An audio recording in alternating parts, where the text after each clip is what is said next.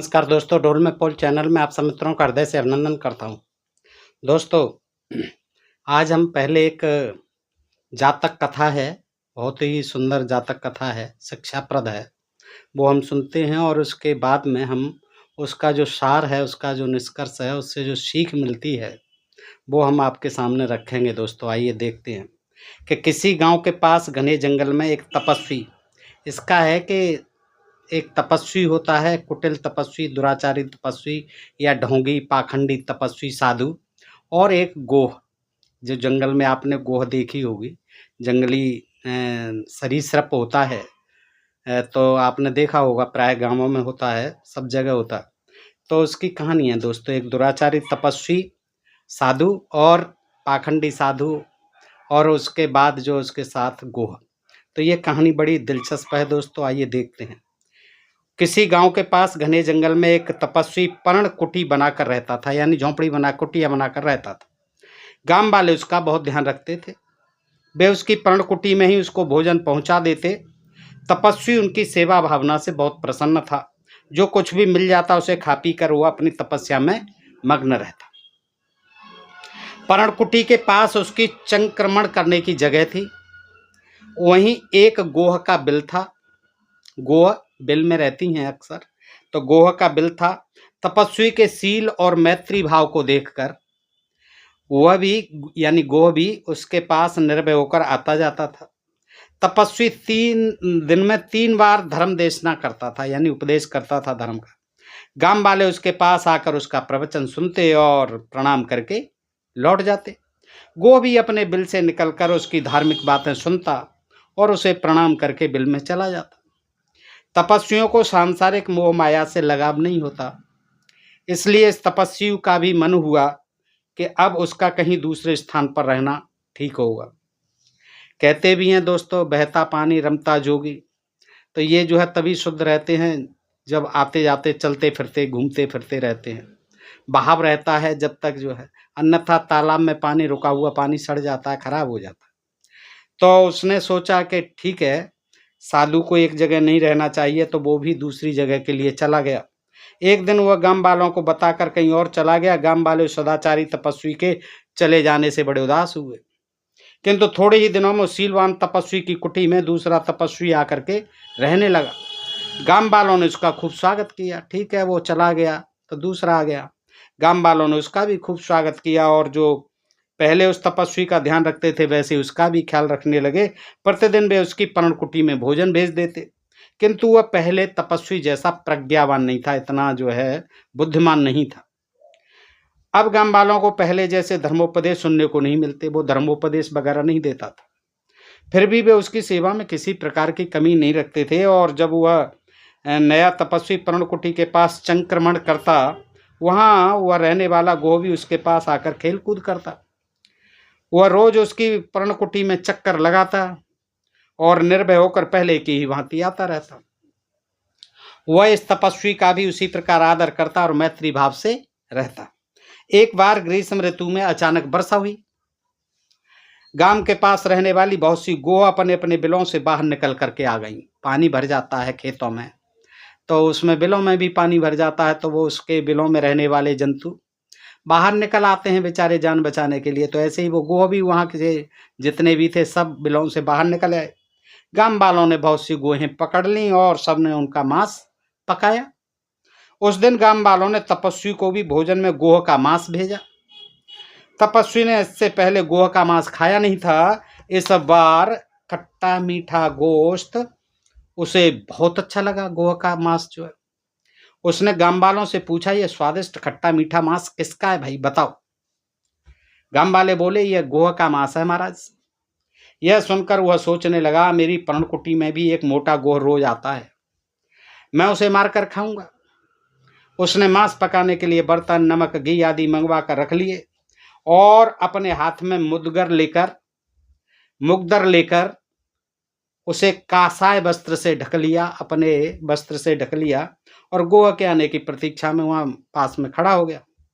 अब इंतजार में एक एक पल उसे भारी पड़ने लगा। रोज की तरह गोह अपने बिल से निकलकर पर्णकुटी की ओर चल दिया। पास पहुंचते ही गोह ने देखा कि तपस्वी इस ओर तो कभी खड़ा नहीं रहता था, आज क्यों खड़ा है?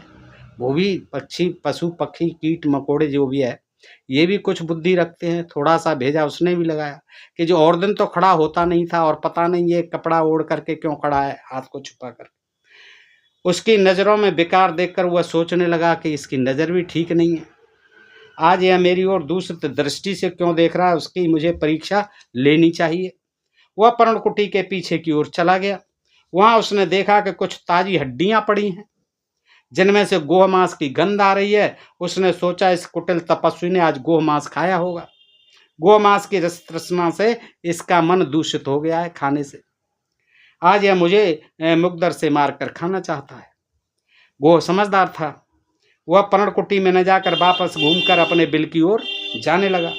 तपस्वी ने जब यह देखा तो कासाय वस्त्र में छिपाए मुगदर को निकाला और उसकी ओर फेंक कर मारा। करे ये तो बिल में वापस घुसने लगा, तो मौका देख करके उसने वो मुगदर निकाल करके फेंका उसकी ओर मारने के लिए।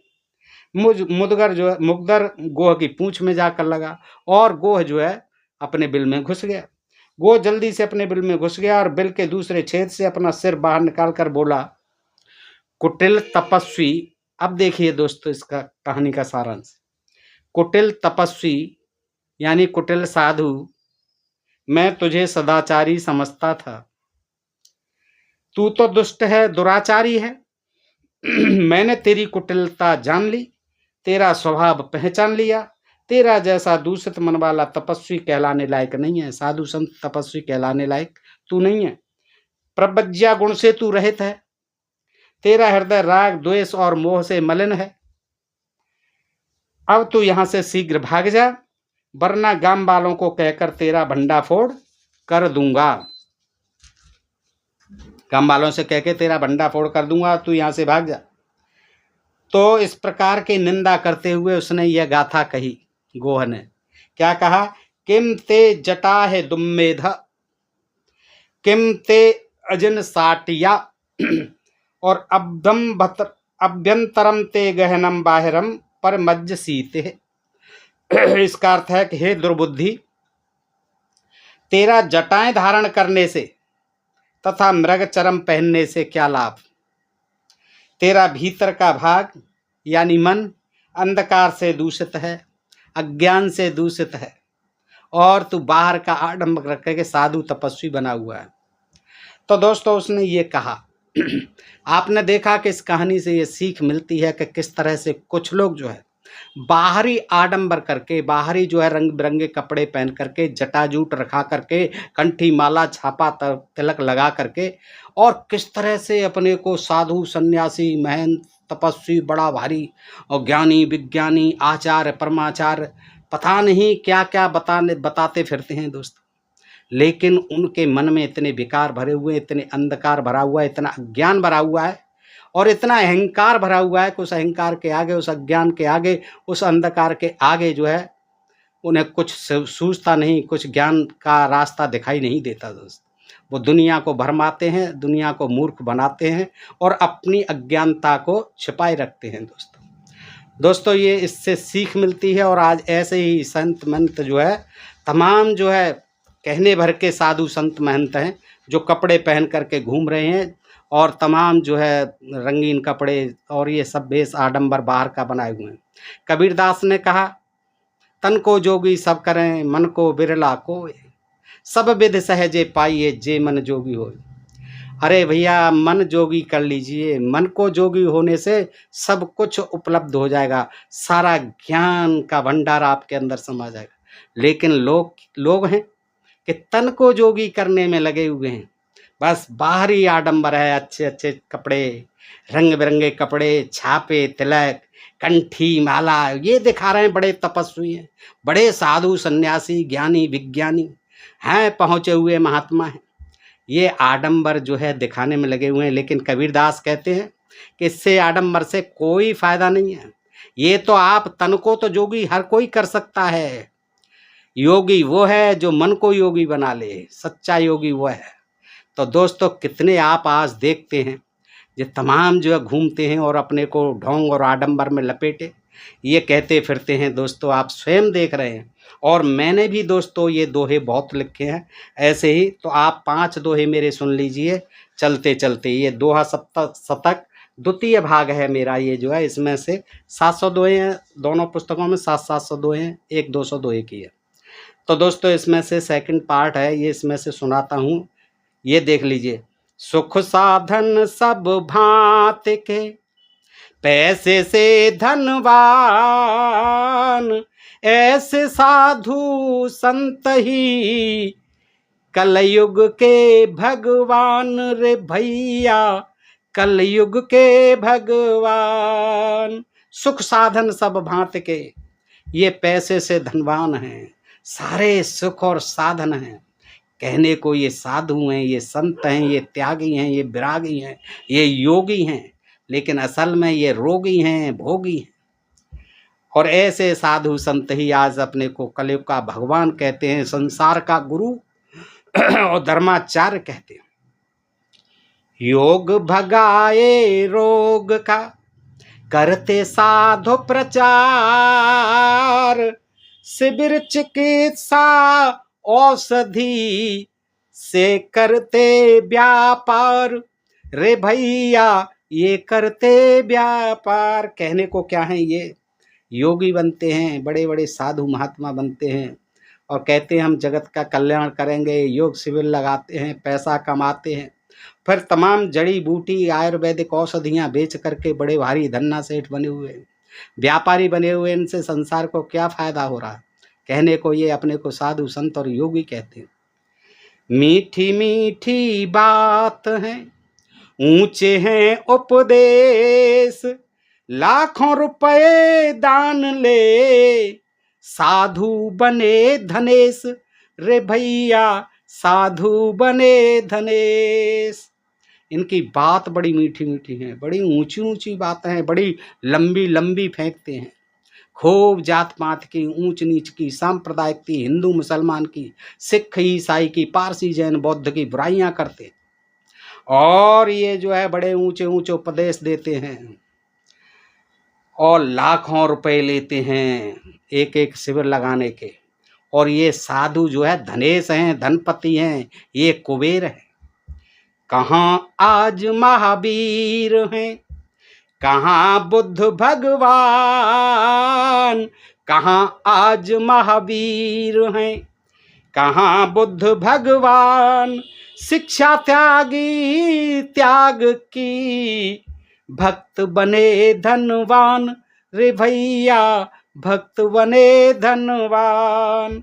कहाँ आज महावीर है, सारा राजपाट ठुकरा दिया। कहाँ आज बुद्ध हैं, सारा राजपाट वैभव सुख साधन ठुकरा दिए। बहुत कहीं नहीं दिखाई देते। आज जो है लग्जरी कारों में घूमते हैं, आलीशान आश्रम बने हुए हैं जिनमें सारी सुख सुविधाएं, जो एक व्यापारी वर्ग को, करोड़पति को, अरबपति को सुविधाएं हैं। Z+ श्रेणी की इनको कमांडो मिले हुए हैं, पता नहीं इन्हें किससे डर लगता है। कहने को ये साधु संत है और तमाम ये अमीरी जो सुख भोग रहे। तो साधु बने छूटा नहीं, लेकिन माया जाल। साधु बने छूटा नहीं, लेकिन माया जाल। लाखों की दौलत जुटा, साधु माला माल रे भैया, साधु माला माल। आज के हमारे साधु संत माला माल हो रहे हैं, दौलत जुटा रहे हैं और कहने को ये विरक्त हैं, साधु हैं, सन्यासी हैं, लेकिन ये जो है मानवता के प्रति आग उगलते हैं, ऊंच नीच की बातें करते हैं, छुआछूत की बातें करते हैं, सामाजिक विषमता की बातें करते हैं। जबकि इनको चाहिए कि जो मानवता धर्म है, जो इंसानियत का धर्म है, उसका पालन स्वयं करें, दूसरों को भी उपदेश दें। और इन जो थोथी बातें, जो अधर्म की बातें हैं, जो समाज में विद्वेष फैलाती हैं, जो समाज में विषमता फैलाती हैं, समाज में अंधविश्वास और पाखंड फैलाती हैं, उन बातों को ये अब जो है त्याग दें दोस्तों। ये समाज का हित करें, राष्ट्र का हित चिंतन करें, राष्ट्रवाद की बात करें। ये हिंदू राष्ट्र की बातें तो करते हैं, लेकिन उसके पीछे भी इनकी मंशा जो है ठीक नहीं है। ये वहाँ भी अपना ही स्वार्थ देखते हैं दोस्तों। तो बताइए आज का ये प्रसंग आपको कैसा लगा?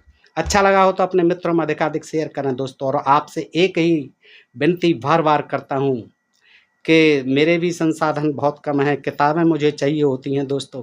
बेशक आप मुझे आर्थिक सहयोग न दें, लेकिन कम से कम सब्सक्राइब करें, लाइक और कमेंट करें दोस्तों, और ज़्यादा से ज़्यादा वीडियोज़ को सब्सक्राइब करके मुझे और शेयर करके मुझे सहयोग देते रहें दोस्तों। आपका हृदय से आभार, नमस्कार, जय भारत, जय इंडिया दोस्तों।